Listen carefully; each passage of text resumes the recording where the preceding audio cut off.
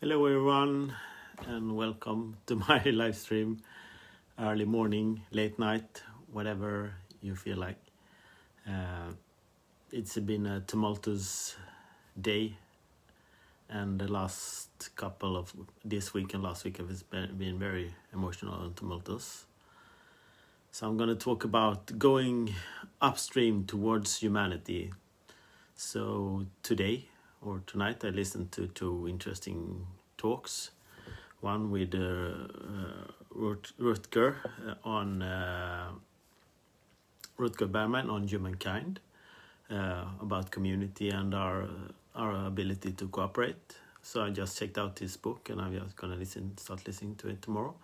And I also listened to a very interesting talk on the Good Life Project podcast with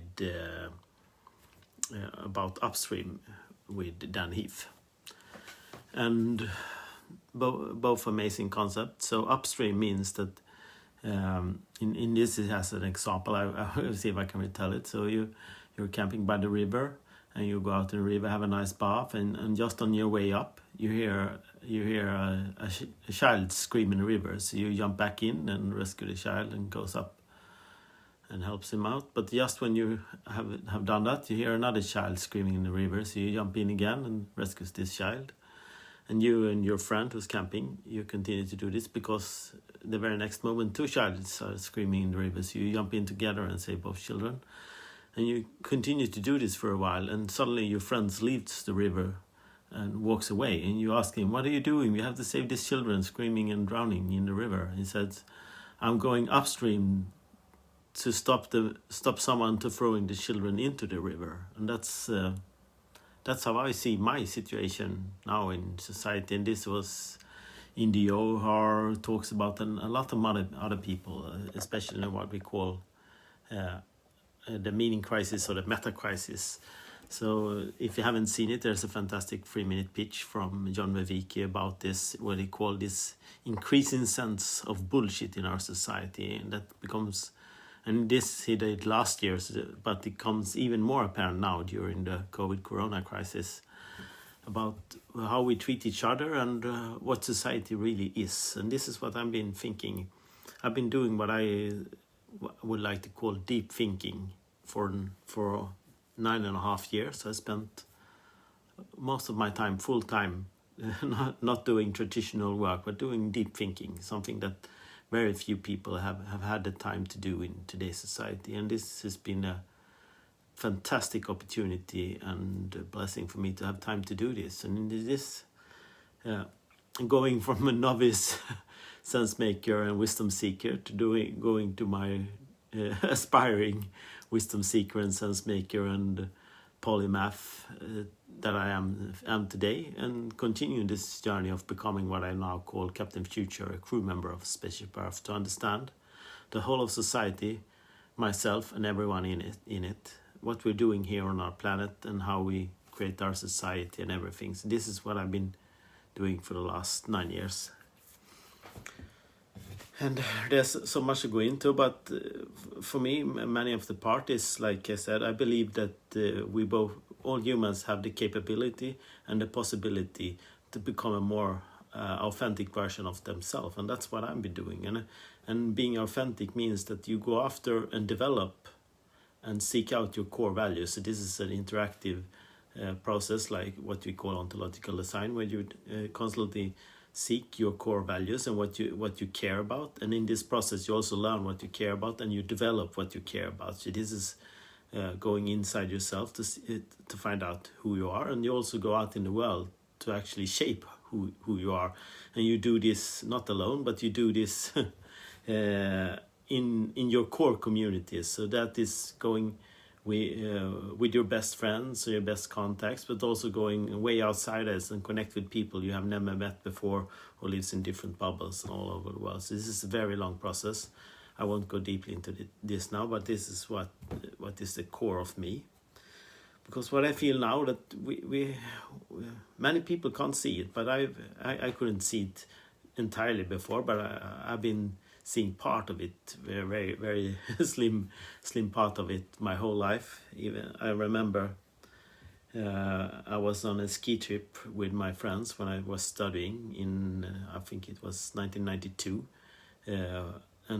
I remember, instead of going out partying that night, we spent like 8 hours in very deep discussion on what society is. And I remember these conversations so vividly. And I got really, really emotional and really, really upset back in that day. Not on my friends, but on how we spend our time doing society. I remember this moment really carefully. But so it has stayed with me for 28 years now. And what is it? What is society, and how can we change it for the better? So, and in this is like something that was just in the back of my mind for many years. But in 2006, I really started questioning this. It's a time where YouTube arrived, and you can start watching the first YouTube clips. And I remember watching. I don't know if it's there or somewhere else. I watched a documentary about a guy called the Scary Guy, that has tattoos all over his body and face, and he dedicated his life to stop bullying in schools by kids and teenagers. So I thought, wow, someone just dedicating their life to a cause. And this stayed with me until I decided as well 9 years ago to dedicate my life to make society better in some way. So that was a moment there where I, 1 or 2 years into my journey, that I really understood that I want to dedicate my life to this. 2013, I think. Way 2012 before that as well, but really, really understood it. And I started searching for my authentic self, and also developing my authentic self, that today is the role and identity of Captain Future that I am today. And in this,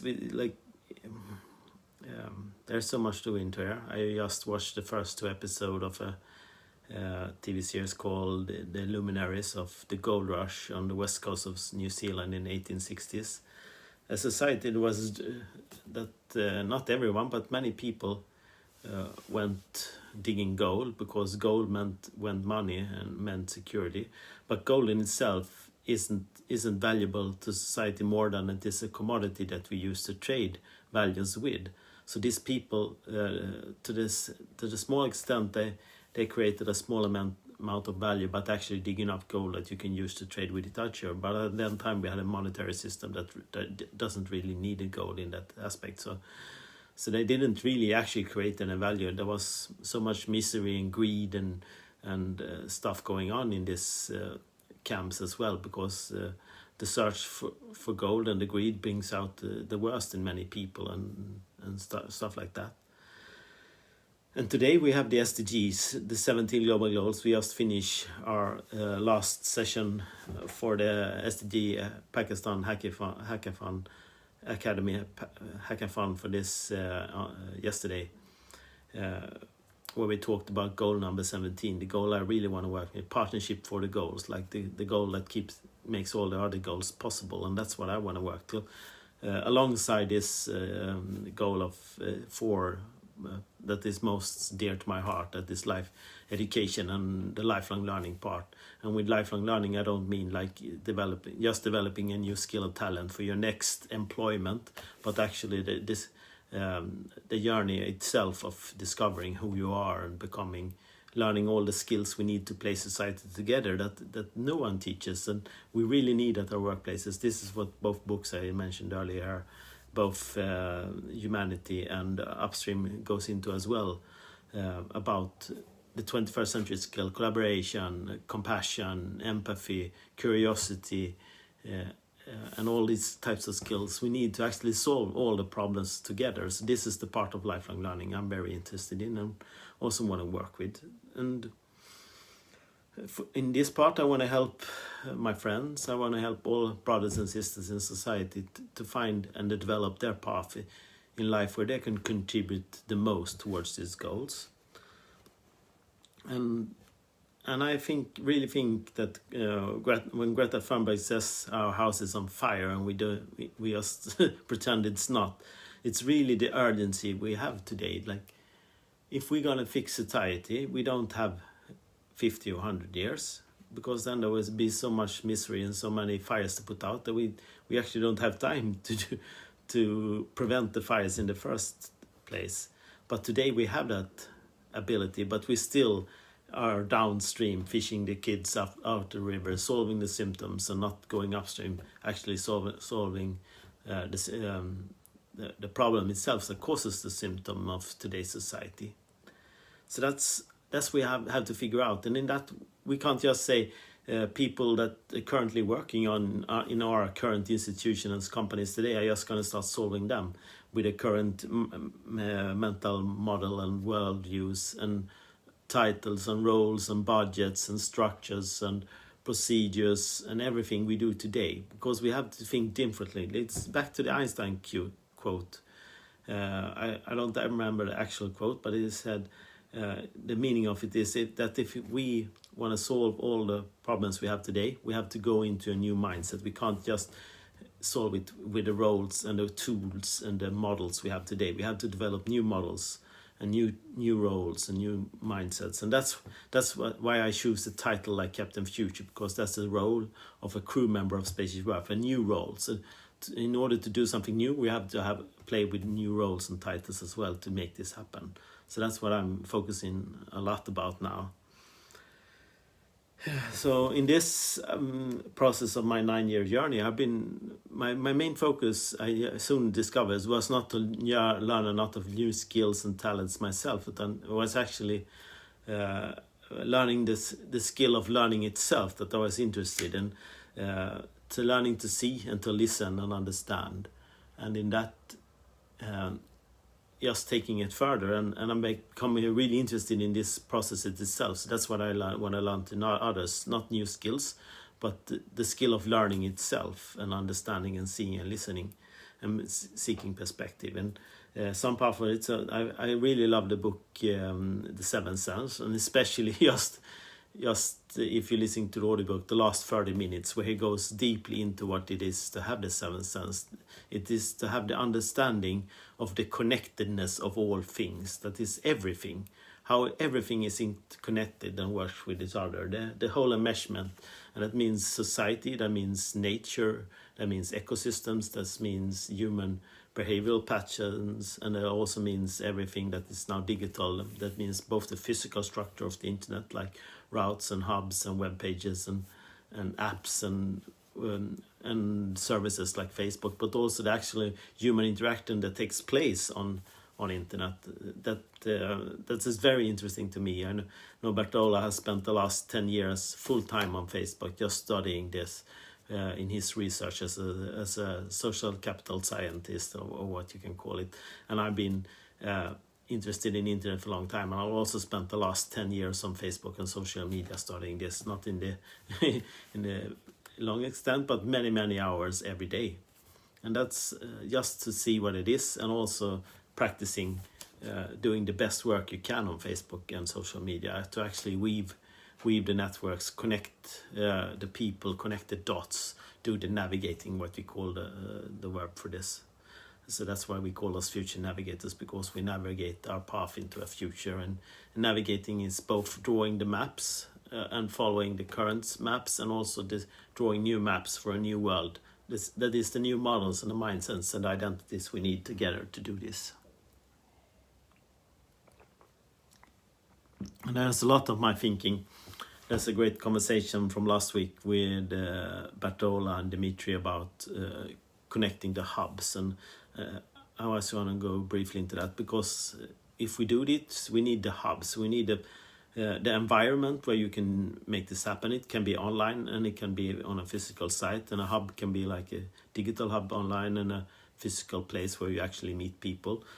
During COVID times, we have a lot of focus has shifted to digital, and that's very good, because this is what has been lacking in many parts of our society, actually knowing that we can collaborate and make so much happen online. But we certainly need to go back in some way, shape or form to doing physical meetings and having physical hubs very soon. I'm sitting here alone in my apartment when I'm not traveling at all this year, except for last week when I spent a week in Loma and Lund with Stellan and doing the Ship of a New Story, where we talked about this. but even there I keep myself separate. But we have to figure this also out, how to solve all the problems. And we have now 10 years to work with it. And I will gladly seek out any institution or company or organizations that want to work with all the SDGs, and especially SDGs number 17 and also forward on lifelong learning. So, and that's why I make these videos. I've been making the last videos, and I'm writing and thinking in the last couple of weeks, because I'm in dire need myself of doing work. I do this every day, but at least at some form I need some kind of employment or support. I'm going to put together online campaign for Patreon and maybe Facebook even to see if I can support myself during the summer of this. But very, very soon I'm going to need some sort of employment doing this, because as a consultant it doesn't pay enough for me to do this yet. But if you can find and help me, I know some of you listening are in the same predicament as I am, so we have to figure this out together. How can we actually support ourselves working with the global goals, the 17 goals right now, this summer, not in the coming year or something like that, because we have this window of opportunity that's going to ebb out at maybe end of the summer, I don't know. But as long as COVID is still affecting our mindset, is the window of opportunity, the possibility to actually change stuff right now and do things differently. And I know it's vacation time, but vacation time doesn't mean you have to shut off your brain. You actually have to turn it on and revigorate it and go into deep thinking, the thing I've been doing for the last 9 years. So read some of the book I mentioned here, or some other book. I'll give you a list, but I'm certainly gonna check out both Humanity and Upstream for the coming days here in this week. It's the one is 7 hours. I think the other is 11-12 hours, something like that. But also I'm gonna link to both the conversations if you want the short brief of both of them. So check that out as well. So I think I covered most of what I want to talk about here today. And we're certainly capable of collaborating on a global scale. That doesn't mean you become friends with everyone all over the world. But like I said before in our talk yesterday, is that but you certainly need a friend in every part of the world. That doesn't mean every country, because that's going to be hard. But every part of the world, you need a friend. And when you have a friend in every part of the world, the world becomes so much smaller, and you start understanding that we have to do this together. So that's another thing. Try to get a friend in every part of the world to understand the world better. So thanks everyone to staying with me. Now I'm going to sleep a couple of more hours and I jump up tomorrow again working. It's been a sad day for me. I'm thinking of my daughters and my life a lot, and been crying all day and all night here, on and off, and being very sad. But now I talked to a friend just now an hour ago, and now I feel confident again to bring back the energy I had last week to continue to work and find out how we can do this together. So we go upstream to find our humanity, and we start working in a deep way how to solve our problems together. So bye everyone, and Arnstein and Ayad and everyone who's been waving and commenting here. So I love you. See you soon.